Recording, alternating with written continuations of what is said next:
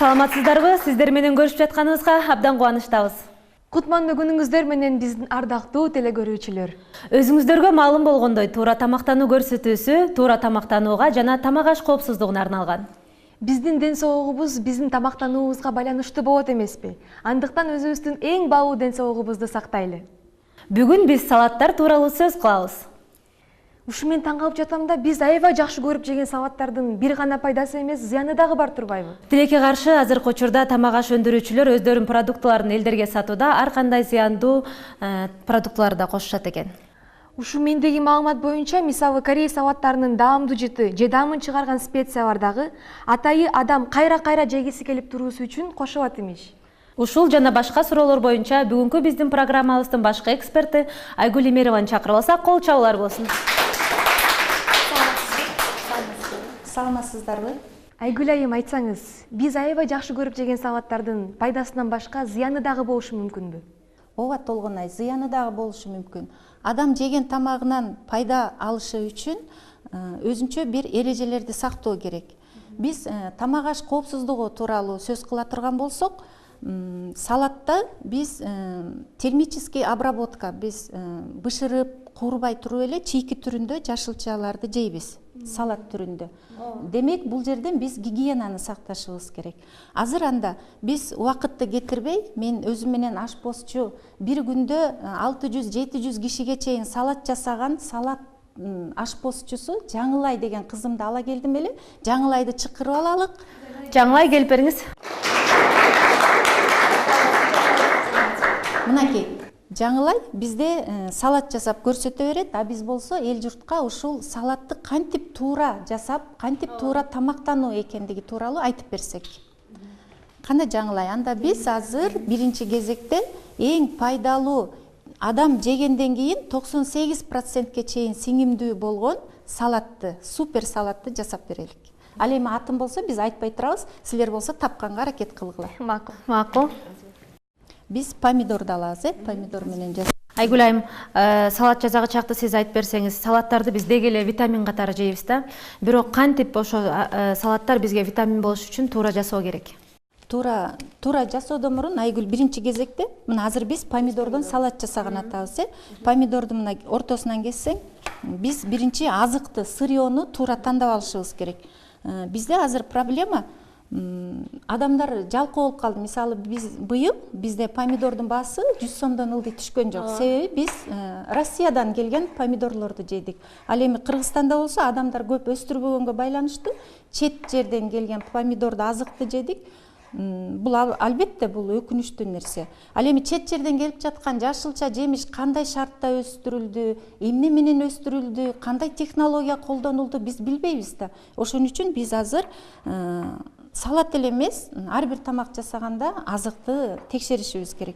Помидор тууралуу айта турган болсок, мынакей помидорду жара кескенде, эгерде кабыгы өтө калың болсо, анан ортосунда кабыгы аябай калың, анан ортосунда ак жипчелер болсо, бул помидор пестициддер абдан көп берилип, нитраттар көп болгон помидор ушундай калыпта болот да. Бирок биз бүгүнкү көрсөтүүгө алып келген помидордо андай ак жипчелер жок экен.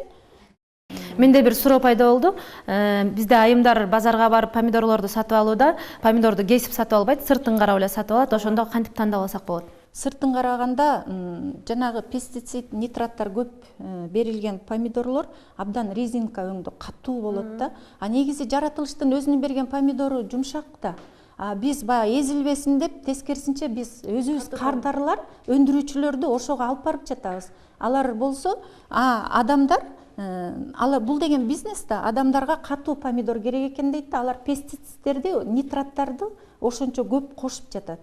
Аны жеп алып, бул андай помидорду жегенде адамдын организмине пайда келбейт, тескерисинче зыян келип жатат. Андан тышкары дагы помидорду алып жатканда жасай бер, аралаштырып. Помидордун мына бүтүн помидордун мисалында айтып берсек, помидорду караганда, эгерде сары такчалар болсо, ал помидор атайы газ менен берилген өзүнчө бир өзүнчө бир жайда атай өзүнчө технология бар. Ал помидорду теплицада жөн эле көк түрүндө үзүп алат дагы, ящиктерге даяр салып туруп, анан газ менен берип, кошумча жолдо жеткичекти транспортировка деп коебуз, ошого жеткичекти бышып калгыдай акыбалга келтирип туруп, анан бизге сатып жатат. Ал андай шартта бышкан помидордун пайдасынан зыяны көп да. Демек биз сырты кызыл жана жумшак помидорлорду сатып алышыбыз керек экен. Кабыгы калың, ортосунда жара кескенде ак жипчелери көп болгон помидорду жебеш керек. Мына азыр биз бул салаттын аты шакарап. Баарыбыздын сүйүктүү салатыбыз. Ооба. Сен жакшы көрөсүңбү? Жакшы көрөм. Демек, туура кыласың. Анда тарелкага салып, биздин кыздарыбыз тийсин. Эмне үчүн биз шакараптан баштадык? Бул өзүнчө да бир себеби бар, жаңылай. Бизде көбүнчө помидор менен бадыраңды кошуп, свежий салат деп коебуз, ушундай жасайбыз да. Бул күнүгө желе турган, айрыкча ошо жаз келгенден бир кыш түшкөнгө чейинки дасторкондо дайыма тура турган жеңил бат жасалчу салат. Эч качан помидор менен бадыраңды чогуу кылып салат жасаганга болбойт. Себеби бадыраңдын курамында аскорбиназа деген фермент зат бар дагы, ал помидордогу С витаминин жоюп салат. Жоюп салат дагы помидор бизге эч кандай өзүнүн пайдалуу жагын бербей калат да, жөн эле бир ашказанга кирген бир жөн эле бир массага айланып калат да. Эгерде жеген салатыңыздар ден соолугуңуздарга пайда алып келсин десеңиздер, помидорду бадыраң менен эч качан кошпоңуздар. Мына азыр биз шакарапты жасадык. Бул жерге биз помидор, пияз, анан көк пиязды себеледик. Өзүңүздөр көңүл бургандай, мынакей көк пияз бизде өзүнчө атай идиште сууда чыланып турат. Жаңылай салатка көк пиязды кошоордо, ушул чыланып турган идиштен көк пиязды алып туурап туруп кошту. Эмне себептен биз бул сууга салып койдук, кыздар? Ошону мен сизден сурайын деп аткам. Эмне себептен сууга салышыбыз керекпиз? Себеби көк чөптөр бизде жерге жакын өсөт. Булардын бийиктиги ашып кетсе бир 25-30 эле сантиметр болот, мисалы мына алып карасак, булар жерде мындай өсүп жатпайбы? Ал эми жерде бизде баардык нерсе бар да. Микробтор, бактериялар бар, паразиттер бар да. Ошол бактерия, паразиттердин ушул өсүп жаткан көк чөпкө жабышып, анан биздин организмге тамак аркылуу кирүү коркунучу бар. Ошондуктан сууга чылап коебуз. Ал эми качан биз базардан алып келгенден кийин, адегенде агып жаткан суунун астында бир сыйра жууп туруп, андан кийин, мисалы биз бул салатты базардан алып келдик дейлик, бир сыйра жуудук, жуугандан кийин ушундай идишке, чуңкур идишке муздак суу куюп туруп, 1 литрге 1 кашык туз салабыз. Туз салганда сууда осмотический давление деп коет. Ошонун негизинде качан биз тузду сууга салганда, бул көк чөпкө жабышып турган паразиттер сууга калкып жалбырактан бошойт. 30-40 минут ушундай чыланып туруш керек. 30-40 минут. 30-40 минут. Андан кийин гана муну алып, дагы бир сыйра сууга жууп, андан кийин тамакка колдонсо болот. Эгерде чала жуулган көк чөптү тамакка колдонсок, анда биздин организмге паразиттердин кирип кетүүсү коркунучу бар. Айгүл айым, айтсаңыз, илгери сабиз менен кызылча гана эки түрлүү салат болгон деп чоң апаларыбыз айтышат да. Азыр болсо салаттардын түрүн санай албайсың да, башың айланат. Ооба, азыр да биз силерге жаңылай жакшынакай бир кооз салат жасап берет. Жаңылай анда кийинки салатыңды жасай бер. Ушундан улам суроолор жарап атат да. Бул деген жетишкен жашоонун көрсөткүчү деп билебизби, же кулинариянын өнүккөнүбү? Сиз кандай ойлойсуз? Бул тамакты негизи азыркы кийинки тенденция адам өзүн жаратылыштан күчтүү сезип бараткандай. Себеби тамак азыктары, мисалы жашылчаларды, жемиштерди айта турган болсок, сезонность деген түшүнүк бар да. Ар бир жемиштин, ар бир жашылчанын өзүнүн мезгили бар. Азыр биз 12 ай, жыл бою жашылча жемиш жеп жатабыз. бул өзүн өзү алдоо деп түшүнөм мен. Себеби андай шартта өстүрүлгөн жана башка чет өлкөдөн келген жашылча жемиштердин кандай технология менен өстүрүлүп бизге жакшы сапаттуу келип жаткандыгына эч ким кепилдик бере албайт. Ошол себептен менин кеңеш берерим, ар ким өзүнүн бакчасында чакандап өзүнүн үй бүлөсүнө болсо да өстүрүп жесе, бул албетте коопсуз, жакшы нерсе. Өзүнүн организмине коопсуздук туудурат. Сиз паразиттер деп айтып кеттиңиз. Ошол паразиттер боюнча мен бүгүнкү биздин студиябызда терапевт дарыгер Гүлсана Бапаева отурат. Гүлсана айым, саламатсызбы? Сизге суроо бергим келип турат. Паразиттер деген дегеле эмне өзү? Негизи паразиттер булар метек курттар. Кырчага турганда метек курттар. Ушул паразиттер организмге түшкөндө алар иммундук системаны, лимфа системасын, кан тамырларда жайгашып, организмге өзүнүн терс таасирин алып келет. Бул айым айткандай паразиттер эле эмес, пестицидтер деп атпайбы? Пестицидтер тоже дагы, булар дагы ушу организмге отурукташканда адамга зыяндуу ооруларды алып келишет. Эң негизгиси натуралдык. Туура айттыңыз, ушу натуралдык мөмө жемиштерди жегенге аракет кылганыбыз жакшы. Паразиттер чындыгында аба аркылуу, суулар аркылуу, тамак аркылуу кирет. Алардын көбүнчө жашаган жери булар жоон ичегилер болот, ички ичегилер болот. Жоон ичеги менен ички ичегилерде абдан көп кан тамырлар бар, абдан көп лимфа тамырлары бар. Бизде алар кирген, сырттан кирген зыяндуу нерселерди жок кылып бергенге аракет кылышат. Бирок ушунчалык көп киргендиктен алардын да күчү жетпей калат дагы, анан оорулар пайда болот. Көбүнчө кайсы оорулар пайда болот? Аллергия, крапивница, астма оорулары, ашказан оорулары, боор оорулары, жоон ичеги, ички ичеги оорулары. Булар эми өзүнүн этап менен башталат да, эң биринчи эле көбүнчө адамга аллергия пайда боло баштайт. Аллергия пайда боло баштайт да, ошондон өттүн иштеши начарлай баштайт, боордун иштеши начарлай баштайт. Ошентип бир орган жабыркаса, экинчи орган кошулуп эле ушинтип организмде көптөгөн оорулар пайда болушу мүмкүн. Рахмат. Бирок ошол оорулардан биз айыксак болобу жана кантип дарылануу керек? Албетте айыксак болот. Ал үчүн биз деген ушу тема айтып тургандай туура тамактанышыбыз керек. Көбүнчө ушул жеген тамактарга кошуп, бир күндө 1,5-2 литр сууну кошуп ичиш керек. Биздин коногубуз айткандай, пестицидтер жок, термикалык кайра иштетүүгө кабылбаган мөмө жемиштерди алсак болот. Эми биз чындыгында базарга барганда көрүп турабыз. Мыногу биздин жергиликтүү помидорлор, булардын көрүнүшү башкача, аларда курт болот. Ал эми башка жактан келген сырты кооз мөмө жемиштер көздүн жоосун алат да, биз ошого кызыгабыз негедир. Бирок кыргызда абдан жакшы сөз бар. Курт жеген алманы же дегенчи. Курт жеген алманы жейт чындыгында. Ошо курт жеген алма, кичине курт түшкөн болгарларбы, кичине курт түшкөн бадыраңдарбы, булардын бардыгы жергиликтүү өстүрүлгөн үчүн булар бизге зыянын алып келбейт. Эмне үчүн? Потому что себеби деген буларда бизге керектүү аминокислоталар, бизге керектүү минералдар жана бизге керектүү витаминдер бар.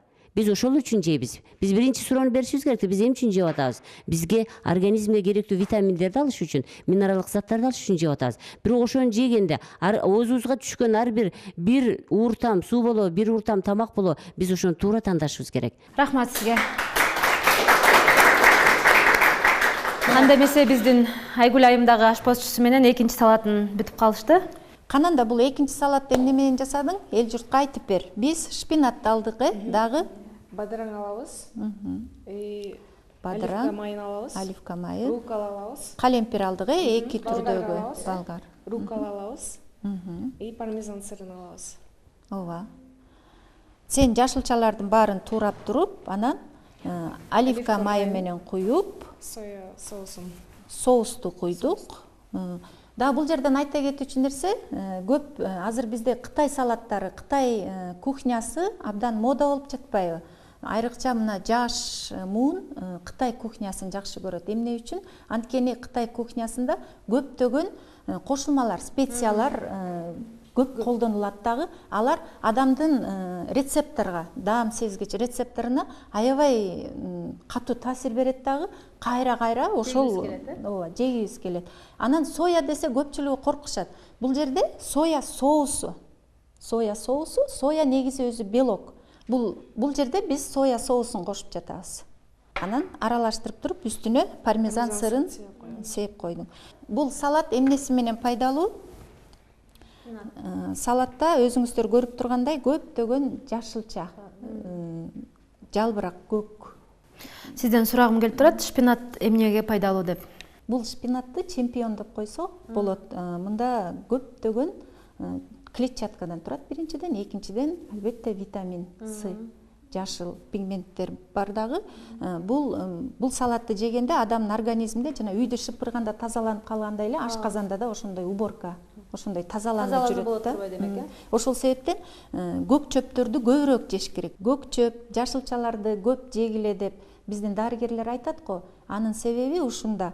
Клетчатка, анан витаминдер. Мына жогоруда биздин дарыгер эжекебиз айтып кеткендей эле, абдан туура, жакшы сөз болду. Ушундай көк чөп, жашылча кошулган салатты жесек, кандай оор тамак жегенде дагы алар жардам берет тамак сиңирүү процессине. Аш кылып кетет турбай демек, э? Ооба, аш кылып кетет. Анда эмесе биз 3-чү салатыбызды жасайбыз, мөмө жемиш салаты. Кана жаңылай, мөмө жемиш салатына эмнелерди алабыз? Банан, Банан, апельсин. Бул мөмө жемиш салаты таттуу салаттардын ичине кирет да, бирок биз бүгүн таттуу кылбай эле быштак, анан сметана кошуп, каймак кошуп, жакшынакай пайдалуу Салат жасайсыздар. салат жасап беребиз. Айгүл айым, айтсаңыз, бізде Кыргызстанда капуста, картошканы өзүбүз өндүрүп чыгаргандыктан ал арзан келет. Салаттардын бардыгына кошобуз. Жасоодо кандай эрежелерди колдонушубуз керек?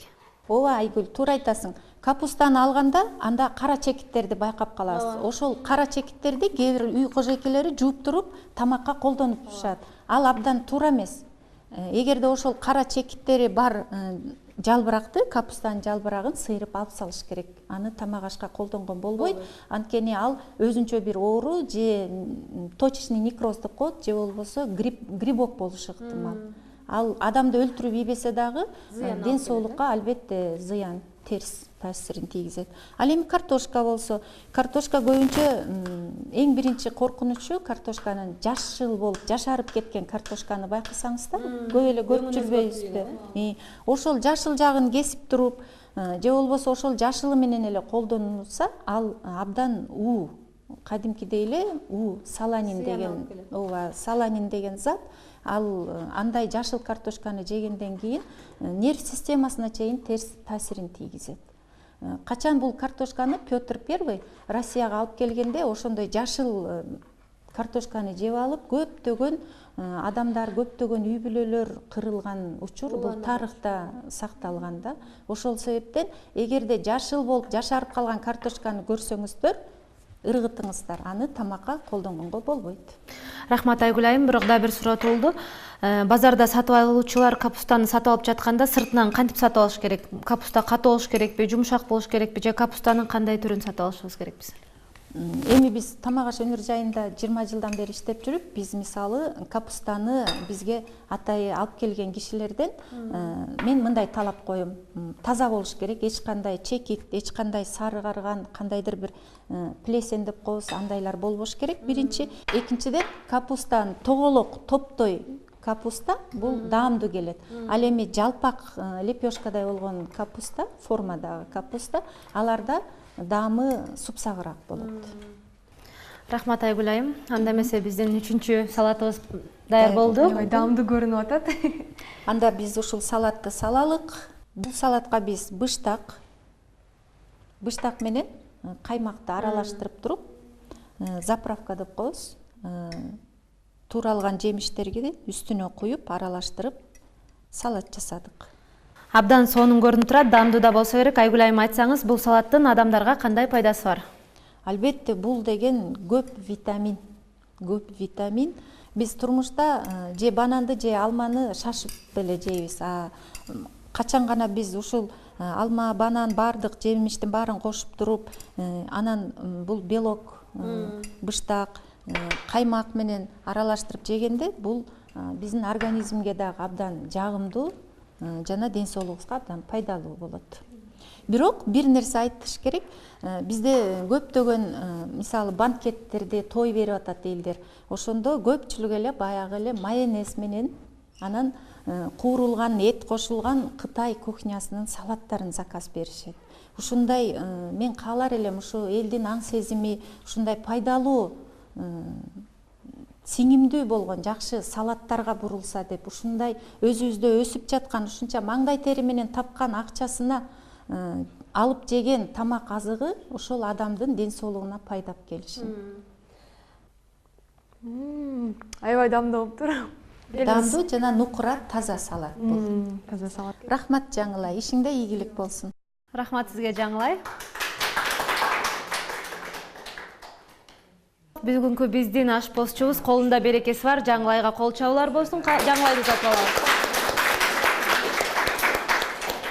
Рахмат сизге. Сизге дагы Айгүл айым чоң рахмат. Сиз Айгүл айымды да узатып коебуз.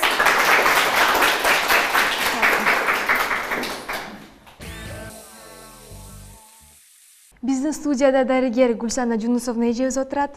Гүлсана Жунусовна, айтсаңыз, жогоруда биз сөз кылган корей салаттары ашыкча уксус жана специялардын көп болгондон убам зыян экен. Эмне оорулар жаралышы мүмкүн? Уксус бул азыр бул жерде айтылып кеткен салаттар менен кошо түшкөн микрожандыктардын баарын өлтүргөнгө, ошондой өлтүргөнгө касиетке ээ болот. Аны көбүрөөк колдонутса, чындыгында адамдагы организмге зыян келет. Чоң рахмат. Рахмат сизге Гүлсана айым.